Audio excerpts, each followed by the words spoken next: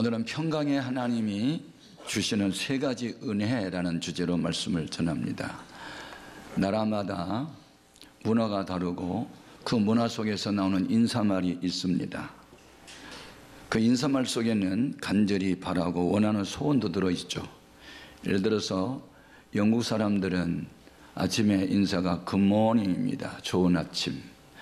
항상 안개가 자욱한 영국은 쾌청한 아침을 기대하는 소원이 있어서 그런 인사말이 나왔습니다. 우리나라 인사말의 대표적인 것은 안녕하십니까입니다. 안녕, 편안하고 편안하십니까? 하도 외세의 침입이 많아서 늘 불안했던 민족입니다. 그래서 안녕을 소원하는 마음이 있어서 안녕을 늘 인사말로 쓰는 것이죠. 히브리인 즉 이스라엘 민족의 대표적인 인사말은 샬롬입니다. 히브리 말인데 우리말로 번역하면 평안, 평화, 평강 그런 뜻이 있죠. 이 샬롬은 마음의 평안, 육체적인 건강, 사업의 번성 등 인간이 살아가는데 더 이상 바랄 것이 없는 만족한 상태를 기원하는 소원이 그 속에 들어 있습니다. 그래서 병든 사람을 향해서 샬롬 하고 인사하면 쾌유를 빕니다. 전쟁터에 나가는 군인에게 샬롬 인사하면 이기고 돌아오십시오. 결혼한 사람에게 샬롬 하고 인사하면 행복하게 사십시오. 사업하는 사람에게 샬롬 하면 번창하기를 바랍니다. 고기잡이를 떠난 어부에게 샬롬 하고 인사하면 만선하고 돌아오십시오.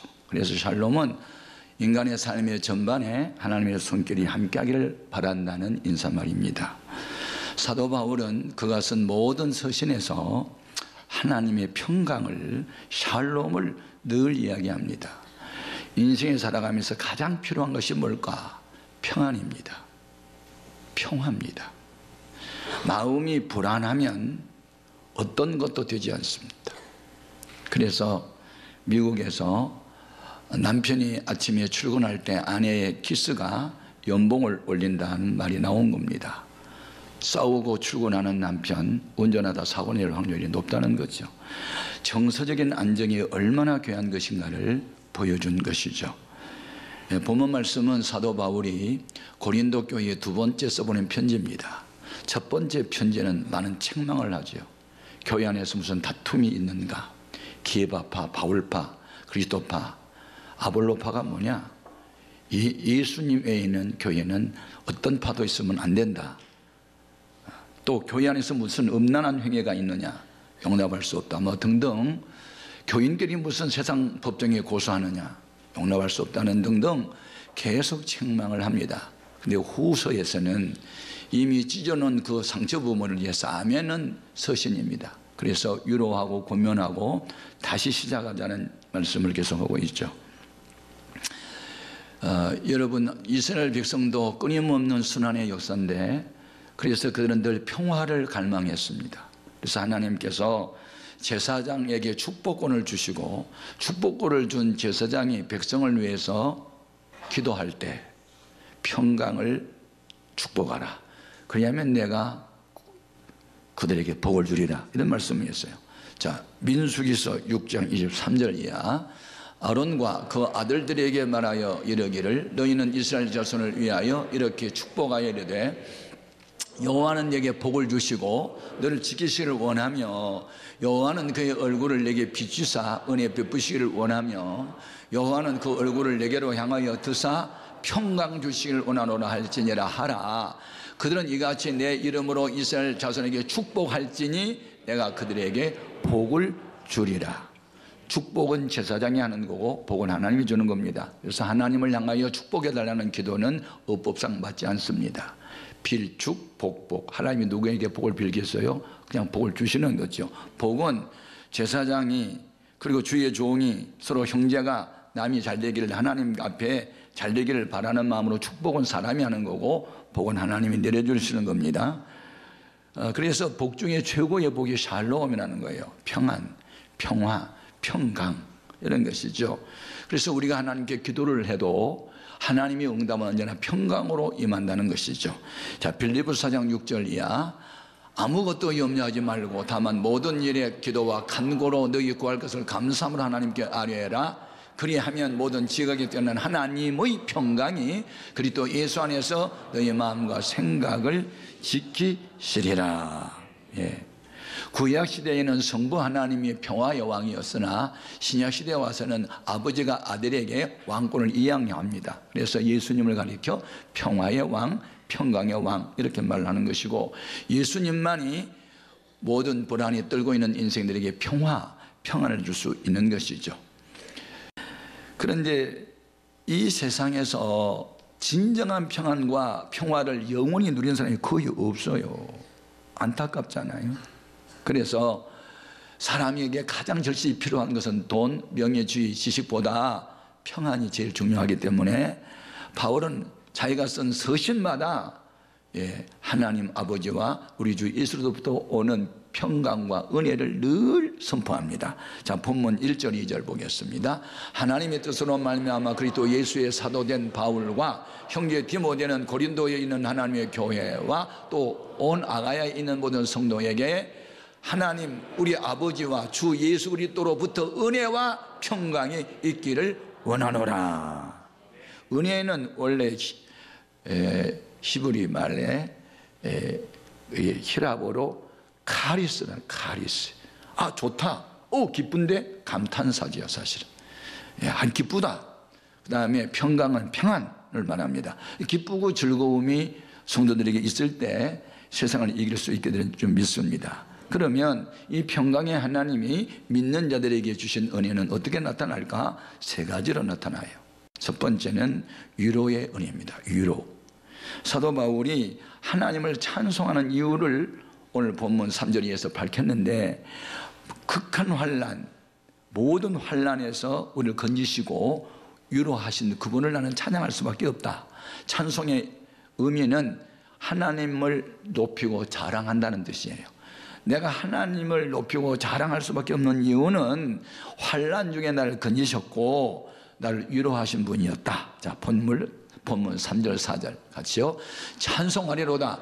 그는 우리 주 예수 그리스도의 하나님이시요 자비의 아버지시요 모든 위로의 하나님이시며 우리의 모든 환난 중에서 우리를 위로하사 우리로 하여금 하나님께 받은 위로로서 모든 환난 중에 있는 자들을 능히 위로하게 하는 이시로다. 아멘.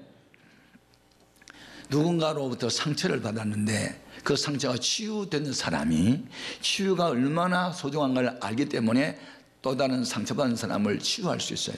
그런데 상처가 치유되지 못한 사람은 늘 남을 해롭게 하고 남을 힘들게 해요. 그래서 남을 힘들게 하는 사람들을 조사해 보면 그들이 상처가 아직 아물지 않았어요. 치유가 되지 않았어요. 죄 사함을 받지 못했어요. 그래서 항상 비판적이고 비난을 하고 욕을 하고 부정적인 사고를 갖고 있기 때문에 아주 이 관계들이 좋지를 못해요. 평화, 소위 피스메이커, 평화를 만들어낸 사람이 아니고 트러블 메이커라 해가지고 문제를 자꾸 일으켜요. 그러니까 우리는 그런 사람을 만날 때 불쌍한 마음을 가지고 그를 정말 주님의 자비의 손길, 치유와 회복의 손길이 나타나기 위해서 기도를 해줘야 돼요. 불쌍한 사람들이에요. 예. 우리는 언제나 긍정적 사고, 적극적인 사고로 하나님의 위로를 우리가 받고 또 위로가 필요한 사람을 위로할 수 있어야 될 줄로 믿습니다. 평강의 하나님께서 우리에게 주신 두 번째 은혜는 여전한 은혜입니다. 이 여전하다는 말은 천과 같이 동일하게 그런 뜻이에요. 사도 바울은 과거에 자기가 죽음의 위기에 있을 때 건져주신 하나님은 지금도 건지실 것이며 앞으로도 건지실 것이다 하고, 하나님은 여전하신 하나님, 옛날의 하나님은 지금의 하나님이며 지금의 하나님은 미래의 하나님도 된다고 그는 믿었어요. 자, 8절에서부터 10절까지. 형제들아, 우리가 아시아에서 당한 환난을 너희가 모르기를 원하지 아니하노니 힘에 겹도록 심한 고난을 당하여 살 소망까지 끊어지고 우리는 우리 자신이 사형 선고를 받은 줄 알았으니 이는 우리로 자기를 의지하지 말고 오직 죽은 자를 다시 살리신 하나님만 의지하게 하려 하심이라. 그가 이같이 큰 사망에서 우리를 건지셨고 또 건지실 것이며 이후에도 건지시기를 그에게 바라노라. 네, 그렇습니다. 그는 여기에서 하나님은 과거와 현재와 미래의 영원하신 하나님으로 믿고 있는 것입니다. 여러분이 과거에 죽음의 위기에서 건지신 분이 하나님을 실로 믿는다면 지금 당한 고난도 능히 이길 수 있으며, 지금 당하는 고난도 장차 나타날 영광에 비교가 안 된다고 믿기 때문에 미래의 하나님을 다시 또 만나게 될 것입니다. 여러분, 그때 당시 고린도 교인들 가운데는 나름대로 하나님이 일을 한다고 하는 일꾼들이 많이 있었어요. 근데 십자가는 지지 않았어요. 예수님의 이름 때문에 매 맞고 감옥에 간 일도 없으면서 자기들은 하나님의 일꾼이라고 자처를 하는 거예요. 그래서 바울이 정신 나간 일꾼에 대해서 이렇게 말합니다. 자기가 주를 위해서 죄 짓고 당한 고난이 아니고 복음을 위해서 당한 고난이 얼마나 많았는지를 이야기하면 합니다. 고린도후서 11장 23절이야. 같이 읽어봅니다. 그들이 그리스도의 일꾼이냐 정신없는 말을 하거니와 나는 더욱 그러하도다. 내가 수고를 넘치도록 하고 옥에 갇히기도 더 많이 하고 매도 수없이 맞고 여러 번 죽을 뻔하였으니 유대인에게 40에 하나 감한 매를 5번 맞았으며 3번 태장으로 맞고 1번 돌로 맞고 3번 파선하고 일주일을 깊은 바다에서 지냈으며 여러 번 여행하면서 강의 위험과 강도의 위험과 동족의 위험과 이방인의 위험과 신의 위험과 광야의 위험과 바다의 위험과 거짓 형제 중에 위험을 당하고 또 수고하며 애쓰고 여러 번 자지 못하고 줄이고 목마르고 여러 번 굶고 춥고 헐벗었노라. 죄를 짓고 당한 고난 아니에요. 선한 일을 하다가 당한 고난이에요. 하나님의 교회를 위해서 십자가 진 거예요. 이런 숱한 고난 가운데서도 하나님이 나를 건지셨다. 그리고 위로해 주셨다. 예. 여러분, 하나님이 우리에게 사명이 있는 한은 어떤 고난과 역경을 이기게 해주시고 그걸 극복하게 하시고 우리를 해치는 사람을 주님이 다시 다 책임져 주시고 우리를 지키고 보호해 주심을 믿으십시오. 사람이 살고 싶다고 사는 게 아니에요. 죽고 싶다고 죽어진 것도 아니에요. 하나님께서 보실 때 쓸만한 가치가 있으면 죽음의 위기에서도 살리시고 살아 있어야 할 가치가 없으면 건강했던 사람이 하룻밤 사이에 유명을 달리할 수도 있는 거예요. 이 세상의 권세자들 백성을 위하여 세웠어요. 그리고 하나님께 영광을 돌려야 해요. 그런데 하나님의 영광을 가로채고 하나님의 백성을 함부로 다스리면 하룻밤 사이에 데려가는 사람이 있어요. 헤롯 왕 같은 사람은 그래요. 자, 사도행전 12장 23절 보겠습니다. 헤롯이 영광을 하나님께로 돌리지 아니하므로 주의 사자가 고치니 벌레에게 먹혀 죽으니라. 보십시오. 하룻밤에 죽는 거예요. 여러분이 잘나서 지혜가 넘쳐서 무병장수한다고 생각하지 말고 하나님의 은혜로 무병장수한다고 믿으세요. 하나님을 인정하세요. 하나님의 도움을 겸손히 구하십시오. 하나님께서 자기를 이렇게 환난이 많은 중에서도 살린 것에 대해서 그 이유를 알아요. 목적을 알아요. 나를 더 많은 사람 전도하게 하려고 살리셨다. 환난을 당하는 사람들을 위로하라고 나에게 환난 중에서도 주님 위로해 주셨다. 은혜 주신 목적을 그는 깨달은 거예요. 저 같은 경우에도 왜 나 죽을 사람을 살렸나 이걸 저는 깨닫고 있어요. 그래서 생명에 붙어 있는 한은 복음을 전하면서 살아야 되겠고 나이와 상관없이 기력과 상관없이 숨을 멈추기 직전까지는 주를 찬양하며 살아야 되겠다. 그 마음이 변함이 없어요. 여러분도 그와 같이 되기를 바라요. 예. 사람이 어려움을 당하면 어려움을 극복하는 방안을 나름대로 생각해요. 요새 취직하기 어렵고 돈벌이가 없으니까 갑자기 무당수가 100만 명으로 늘었대요. 무속인이 갑절로 늘어놓고 그래서 무당을 키우는 학원도 생겨났대요. 굿 이렇게 하라. 굿하는 방법도 가르쳐주고 등록금이 수백만 원이래요. 굿하는 거 배우려고. 한 번 굿하는데 수백만 원, 수천만 원씩 돈을 내놓으니까. 그리고 2012년부터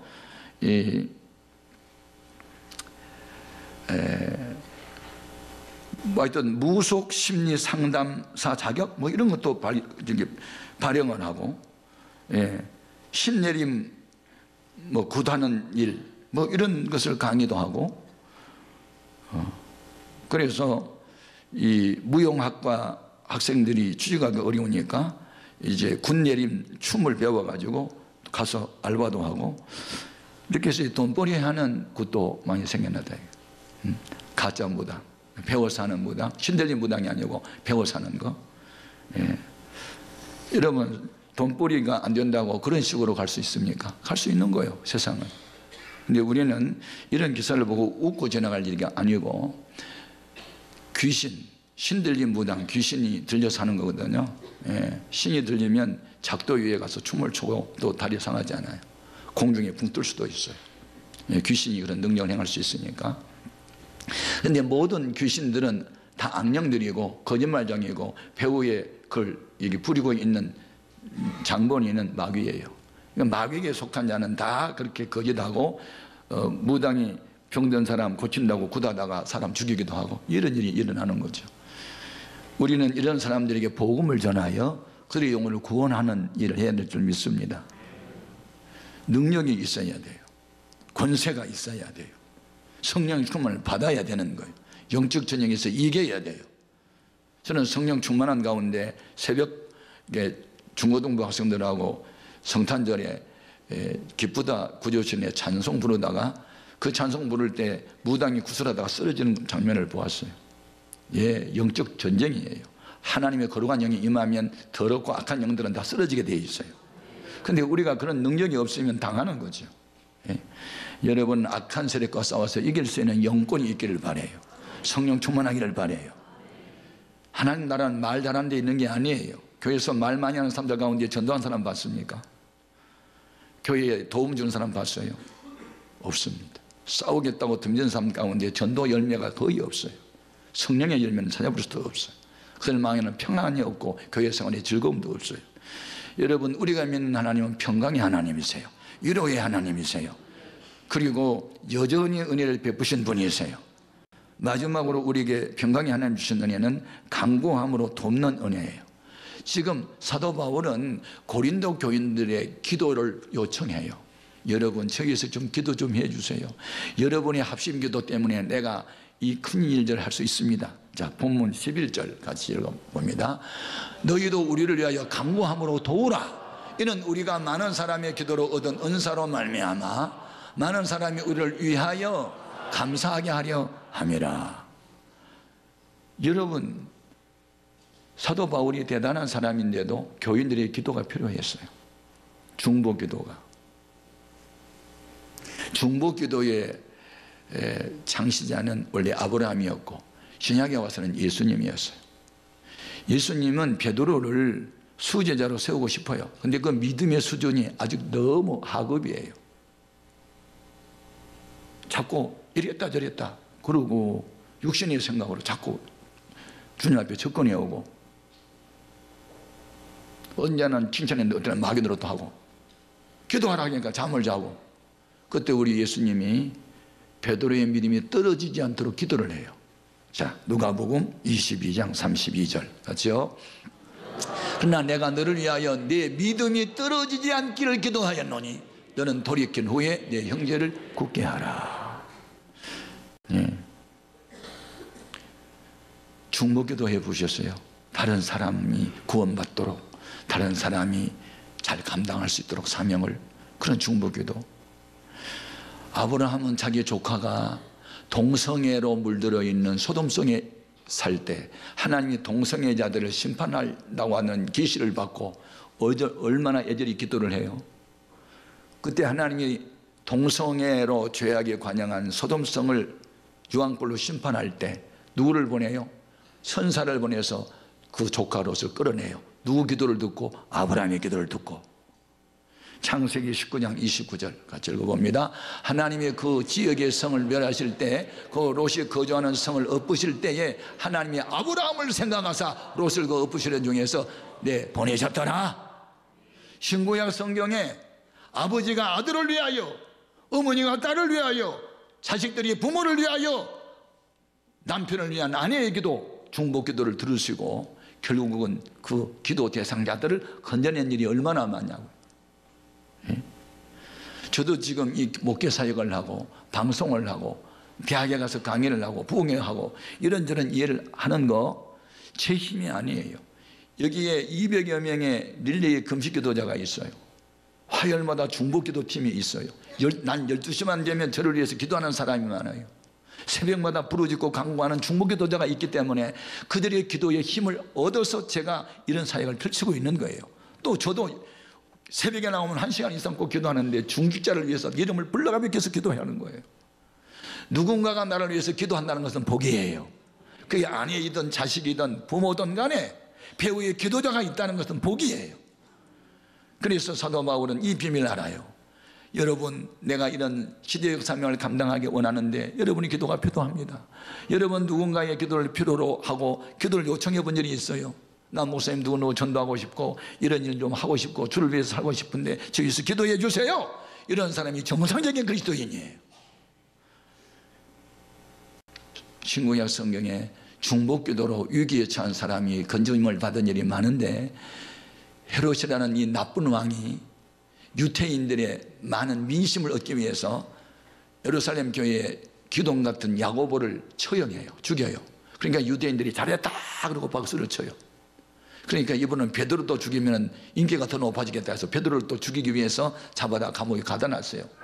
그런데 야고보도 죽고 베드로도 순교를 당하면 우리 교회는 어떻게 되나 싶어가지고 성도들이 모여가지고 간절히 기도를 해요. 자, 사도행전 12장 5절 같이요. 이에 베드로는 옥에 갇혔고 교회는 그를 위하여 간절히 하나님께 기도하더라. 결국 어떻게 됐어요? 이 간절히 기도하는 성도들의 기도를 하나님이 들으시고 천사를 보내요. 감옥에 있는 베드로를 끌어내잖아요. 제가 한때 이 종합검사를 해봤는데 대장 내시경을 했더니 폴립이 여기에 이런 그런 게 한 20여 개가 있고 하나는 1.5cm나 크고 이것은 일반 종양에서 악성 종양으로 발전한 단계 중간 상태 암으로 되어가고 있는 거 이거 수술해야 된다고 의사가 말을 했어요. 제가 우리 성도들이 금요일 날 밤에 이것을 공개했어요. 나 이런 상황입니다. 기도해 주십시오. 그 중에 성도들 몇 분은 저를 위해서 금식을 했고 철회하는 사람도 있고 그날 저녁에 울면서 간구했는데 일주일에 가서 검사했더니 다 없어져 버렸어. 하나도 없어. 이런 기적을 저는 경험해요. 그래서 성도들의 기도가 얼마나 소중한 줄 알아. 그래서 제가 새벽에 나와서 기도하면 첫 번째 암병에 걸려서 사경을 헤매는 사람들 첫 번째 환자에 있어 기도하고 두 번째 어떤 어려움을 당하고 나의 기도를 부탁한 사람들이 있어 기도하고 그 다음에 중직자를 위해서 다 이름을 불러가면서 기도해요. 하다 보면 1시간이 금방 가죠.